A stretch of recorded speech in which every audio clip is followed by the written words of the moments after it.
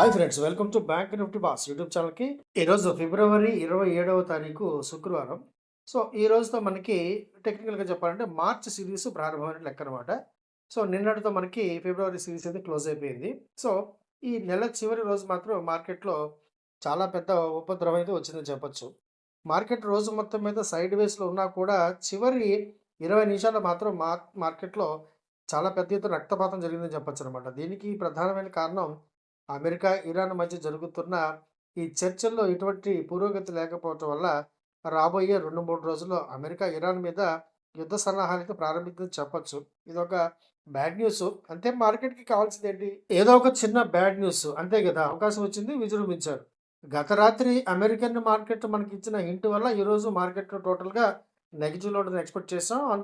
దానికి తగ్గట్టుగానే మనం పుట్‌లోకి వెళ్ళాం. పుట్ బ్రహ్మాండంగా తీసుకున్నాం. కాకపోతే పుట్‌లో భారీ లాభాలు మాత్రం మిస్ అయ్యాం. జస్ట్ మిస్ అయ్యాం. మనం ఎగ్జిట్ అయిన తర్వాత జస్ట్ ఒక 10 నిమిషాల తర్వాత మార్కెట్‌లో విపరీతమైన సెల్ ఆఫ్ వచ్చింది. ఆ తర్వాత మనం తీసుకున్న పుట్‌లో మహాద్భుతం జరిగిందనుకోండి. అప్పటికి మనం ఎగ్జిట్ అయిపోయాం. ఈరోజు అంత లాభాలు లేవు. భారీ లాభాలైతే మిస్ అయ్యామని చెప్పొచ్చనమాట. అలాగే ఐటీ స్టాక్స్, ఐటీ స్టాక్స్‌లో ఈ మధ్య వస్తున్నటువంటి నెగెటివ్ వార్తల వల్ల బ్రహ్మాండమైన స్టాక్స్ అన్నీ కూడా ఇప్పుడు అద్భుతమైన ధరల్లో ఉన్నాయి. అవన్నీ కూడా ఎటువంటి పరిస్థితుల్లో ఎక్కడున్నాయో తీసుకునే అవకాశం ఎంతవరకు ఉంది పరిశీలించి ప్రయత్నించేద్దాం. అమెరికా, ఇరాన్ మధ్య మాత్రం ఉద్రిక్తలు బ్రహ్మాండంగా నడుస్తూనే ఉన్నాయని చెప్పొచ్చనమాట.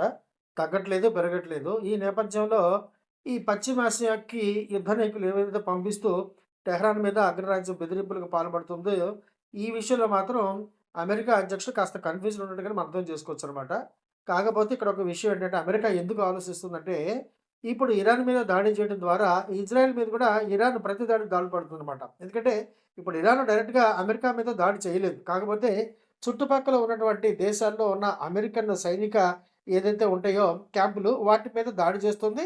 అలాగే ఇతర దేశాల క్యాంపులు కూడా ప్రమాదం పొంచి ఉంది. అలాగే మధ్యలో ఉంటుంది ఇజ్రాయెల్. సో, ఇజ్రాయెల్ మీద కూడా ఇరాన్ చాలా చాలా ఈజీగా దాడి చేయవచ్చనమాట. ఇవన్నీ లెక్కలో వేసుకొని వాళ్ళు కేవలం బెదిరింపులకు పాల్పడుతున్నట్టుగానే అనిపిస్తుంది. అంత ఈజీగా ఇరాన్ మీద యుద్ధం అయితే చేయకపోవచ్చు. కాకపోతే వస్తున్నట్టు వార్తలు మాత్రం మన స్టాక్ మార్కెట్‌ని బాగా కంగారు పెడుతున్నాయి. అందువల్ల ఈరోజు మార్కెట్టు బీభత్సం అని చెప్పొచ్చు. సెన్సెక్స్ దాదాపు 1000 పాయింట్లు పడిందంటే అర్థం చేసుకోండి. ఈరోజు నిఫ్టీ కూడా దాదాపు 300 పాయింట్ల నష్టం. 25,400 బ్రహ్మాండంగా సపోర్ట్‌గా ఉన్న మార్కెట్ మనకి ఈరోజు అది మొత్తం దుడుచుకు పెట్టుకుపోయింది. 25,400 పోయింది. 25,300 పోయింది. 200కి దిగువకు వచ్చేసింది. సో, మార్కెట్‌లో ఎంత సెల్ ఆఫ్ ఉందో మనం అర్థం చేసుకోవచ్చు.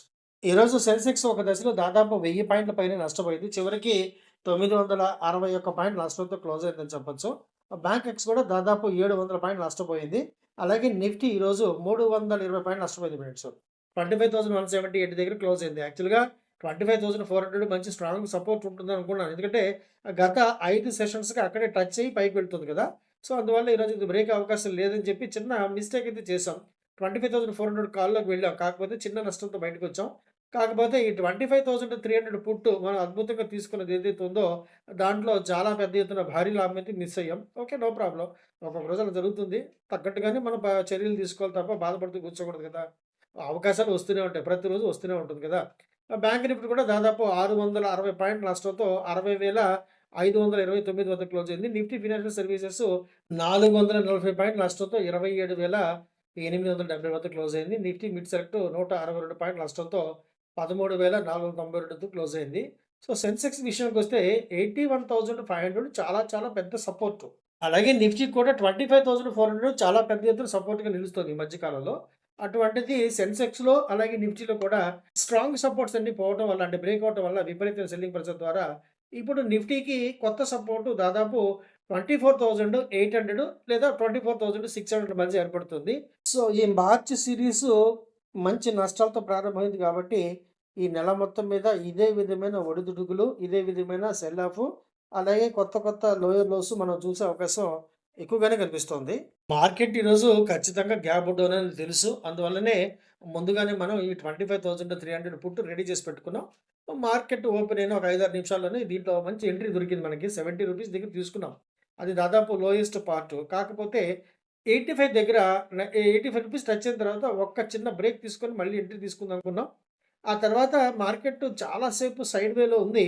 సో, మంచి ఎంట్రీ పాయింట్ కోసం వెయిట్ చేస్తూ కూర్చున్నాను. కానీ, చివరి అరగంట మాత్రం మార్కెట్‌లో చాలా చాలా పెద్ద ఎత్తున విజృంభణ అయితే వచ్చిందనమాట. సెల్ ఆఫ్ వచ్చి ఏకంగా ఈ పుట్టు రూ. 198 వెళ్ళిపోయింది ఫ్రెండ్స్. సో, మంచి రేట్‌లో తీసుకున్నాం. ఎక్కువ సేపు ఉండలేకపోయాం. భారీ లాభం అయితే మిస్ అయ్యాం. No issue. అట్ ప్రెజెంట్ మనం స్టాక్ ఆప్షన్స్‌లో పబ్లిక్ సెక్టార్ బ్యాంక్‌కి సంబంధించి ఒక స్టాకు, అలాగే పబ్లిక్ సెక్టార్ ఇన్ఫ్రాకి సంబంధించి ఒక స్టాకు, అలాగే రైల్వేస్‌కి సంబంధించి ఒక స్టాకులో ఒక చిన్న కాలు. మొత్తం 3 కాల్స్ మెయింటైన్ చేస్తున్నాం. చాలా చాలా లోయెస్ట్ పార్ట్‌లో పట్టుకున్నాను అనుకుంటున్నాను. చూద్దాం నెక్స్ట్ వీకు వీటిలో మంచి లాభాలొచ్చే అవకాశం ఉంది. ఒకసారి వాటిలోంచి లాభాల నుంచి బయటకొచ్చిన తర్వాత మాత్రమే మీకు చూపించే ప్రయత్నం చేస్తాను. ఇప్పుడైతే మీకు కొనమని చెప్పే పరిస్థితి అయితే లేదు కదా! అలా రికమెండ్ చేయకూడదు కాబట్టి చెప్పట్లేదు. ఐటీ సెగ్మెంట్‌లో స్టాక్స్ అన్నీ కూడా దాదాపు అద్భుతమైన వాల్యుయేషన్స్‌కి వచ్చేసింది ఫ్రెండ్స్. ఎందుకంటే ఈ మధ్య జరుగుతున్న విపరీతమైన సెల్ ఆఫ్‌లో ఐటీ స్టాక్స్‌లో విపరీతమైన సెల్లింగ్ ప్రెషర్ కనబడుతుంది. ప్రాఫిట్ బుకింగ్ స్టార్ట్ అయిన తర్వాత ఇప్పుడు జెన్యూన్ సెల్ ఆఫ్ అయితే జరుగుతుందనమాట. ఇది అద్భుతమైన తరుణం మాట. మంచి టైం ఇది. మంచి మంచి స్టాక్స్ మన బ్లూ చిప్ స్టాక్స్ ఏవైతే ఉంటాయో ఐటీ స్టాక్స్‌లో ఒకసారి పరిశీలించుకొని ఎంట్రీ పాయింట్ కనుక్కోండి మీరు. ముఖ్యంగా మీరు ఏదైనా ఒక స్టాక్ కొనాలి అనుకుంటే గనక డే క్యాండిల్‌లో అది ఏ జోన్‌లో ఉంది? టేక్ ఆఫ్ జోన్‌లో ఉంటే గనక బ్రహ్మాండంగా కొనొచ్చనమాట. దీనికి ఆర్ఎస్ఐ కూడా మీరు సపోర్ట్ తీసుకోవచ్చు. ఆర్ఎస్ఐ 40 ప్లస్ మంచి ఒక అద్భుతమైన అవకాశం అనేది కల్పిస్తుంది. సో, ప్రతి స్టాక్‌ని మీరు అద్భుతంగా సెలెక్ట్ చేసుకోండి.